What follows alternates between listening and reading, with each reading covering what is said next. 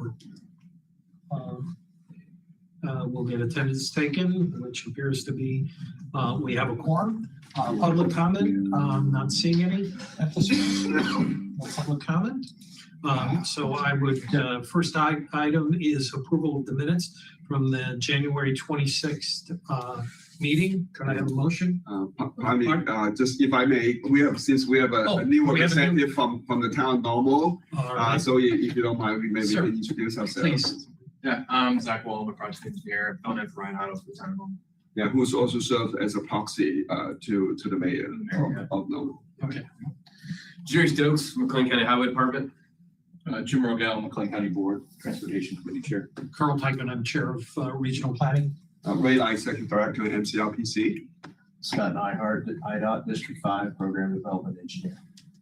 Kevin Cothy, City of Bloomington, Director of Operations and Engineering Services. And Yeah, good. I'm Tanya Barreto, Community Planner at MCRPC. Who else is on? Bob Katie. Bob Innes, IDOT Metro Manager. Okay, thanks, Bob. Okay. And then Katie with McShane with Regional Planning. And then do we have someone else just joined? Betsy Tracy. Could you introduce yourself?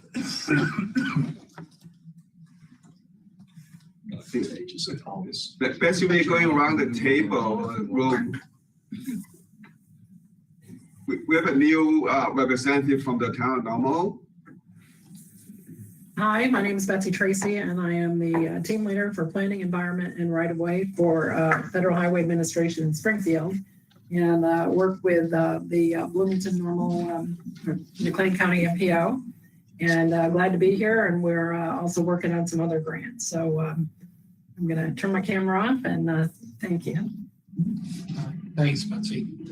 Okay, we're now on to approval of minutes from the January 26th meeting. Are there any changes, alterations that need to be made? If not, can I have a motion to approve? Motion. Thanks, Scott. Second, Jim. All those in favor signify by saying aye. Aye. All those opposed, same sign. The minutes are approved. For items 5 through 14, which is amendments 21 through 30, I'd like to take those as a block, given the fact that it's my understanding all of those amendments had been thoroughly discussed and such, and so I would entertain a motion to approve amendments 1 through 30, which are items 5 through 14 on your agenda as a block. Do I have a motion?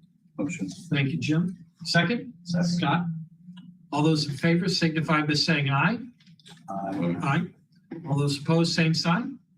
Okay. Now we're on to administrative modifications for IDOT District 5. Scott? Okay.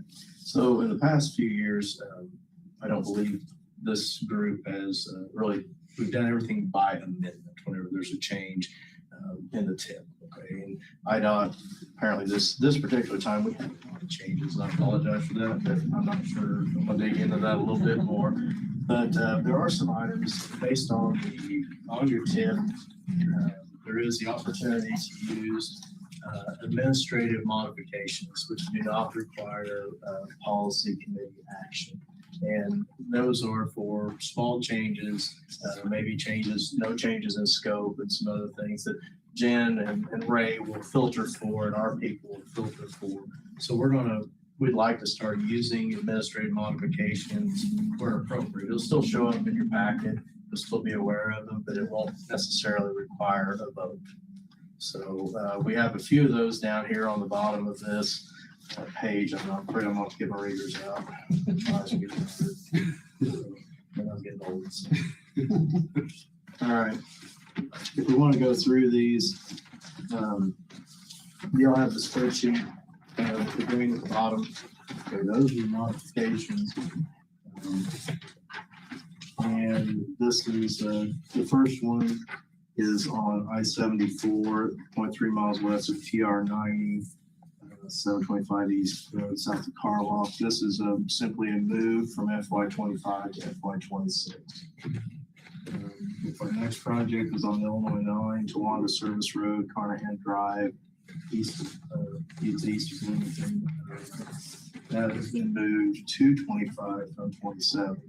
Now, and these are all, we don't have the updated, we haven't done 25 through 30 annual plans, not been released, but this is based on information we have and funding anticipated. So that's why we're moving a few things.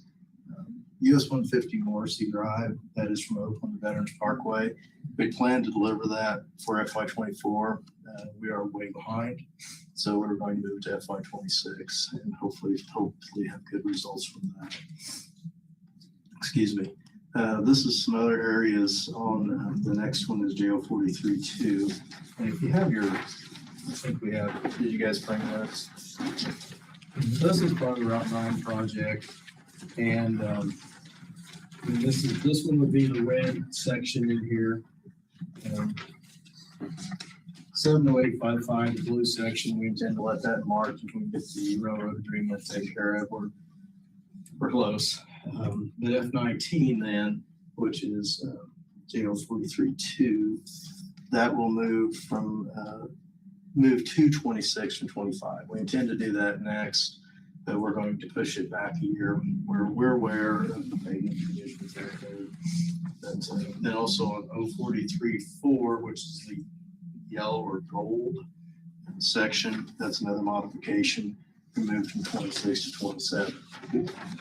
These changes are necessary for us because of the, quite frankly, the funding that has been the way we're anticipating and the workload consultant that we have taking care of Route 9 and 51. It's the same consultants. So they're trying to leverage their sub-consultants to do some other work, and we may be working on some roads that are not as bad a shape as this, 043-4, 042-2, 043, but they're also the same consultants working on the US 51 business project too.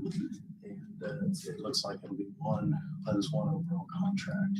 So they're going to need to put a lot of their staff on that. So that's why some of the stuff is moving around. These projects are moving. It's just, it's really a workload and funding issue. So that's my explanation for the modifications of the years that are moving. Thanks, Scott. Questions? So Scott, you said, initially you're going to do that as all one. Yeah. Okay.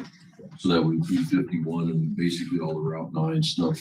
Yes, we intend the reroute on Route 9, which is what we're talking about here. Yes, from Empire to Lee, Yes. we're taking Route 9 at the city's request, moving it to 51 business, just for everybody else. So in order to do that, we have to do some significant intersection improvements at Center and Empire, Main and Empire, Center and Locust, and Main and Locust. And since we believe that the funding for US 51 business will fall in place first, we're going to include all those improvements on 51 at the intersections, even though they're improved under the Route 9 project report with the 51 business project as far as construction. This is a consistent pavement type. Because we do some pavement replacement in here. The Route 9 project, we're going to mill and widen. This will be all new pavement. And so all of 51 will stay consistent as far as future rehabilitation. Now, we will not resurface Empire between Center and Lee, or Lee between Empire and Locust with the 51 project. That'll be deferred until this JO 43-2 is let. Locust between Lee and Center will probably not be resurfaced either, but we'll accommodate the pavement markings to get it into a two-way scenario there. And of course, all the intersection changes associated with that. Okay. So that's kind of our plan. See how we can execute it. Yeah, appreciate it. We got the bear in the cabin now for consultants and scan. That'll be great. Great. Anything else? Yeah. Any other questions for Scott? Okay. Now on to item 16, which is that which may arise. And Ray, I understand you're going to mention something on survey first. Yes, we are working on, MCRPC is working on a HSTP plan, and that is the Human Services Transportation Plan. And then as part of that plan, which covers 5 counties, McLean, Fort, Livingston, Iroquois, and also Kankakee. And as part of public engagement effort, we conducting a public survey, and last few weeks we start distributing, but just for the sake of people who may not be aware of it, the deadline for the survey completion is next week, March 1st. And then so if you can get the word out, your connections, networks, especially for folks outside of McLean County, because we don't have that much contact, because that's kind of unusual service areas for us, but through IDOT's grant on the HSTP, so we're reaching out to other folks. So if you have colleagues from those areas, whatnot, let us know. We want to get the word out. While the survey is more for the general population, the focus is on there are four special populations that IDOT want us to focus on, including seniors, people with disabilities, low incomes, as well as veterans. And so, please, if you don't have the flyers, I can send it to the committee, the policy committee members, so you have those. We have those in two languages, the Spanish and English. And so one more week. So we have received over like 60 some, maybe today's different now. 75, that's the latest number. So we want to get at least 100. Yeah. And so we would love to have more. So you have maybe friends, colleagues, families, networks out the 5-county region. Yeah, please help us to get the word out as we try to work on the plan, and that plan we really rely on a lot of survey for public input. So so we appreciate it. Okay, any questions for Ray before we move on? Okay, Jerry, you have something you'd like to share? Sure. So the McLean County was awarded a DCO grant for $600,000 to extend the Route 66 bike trail in Lexington.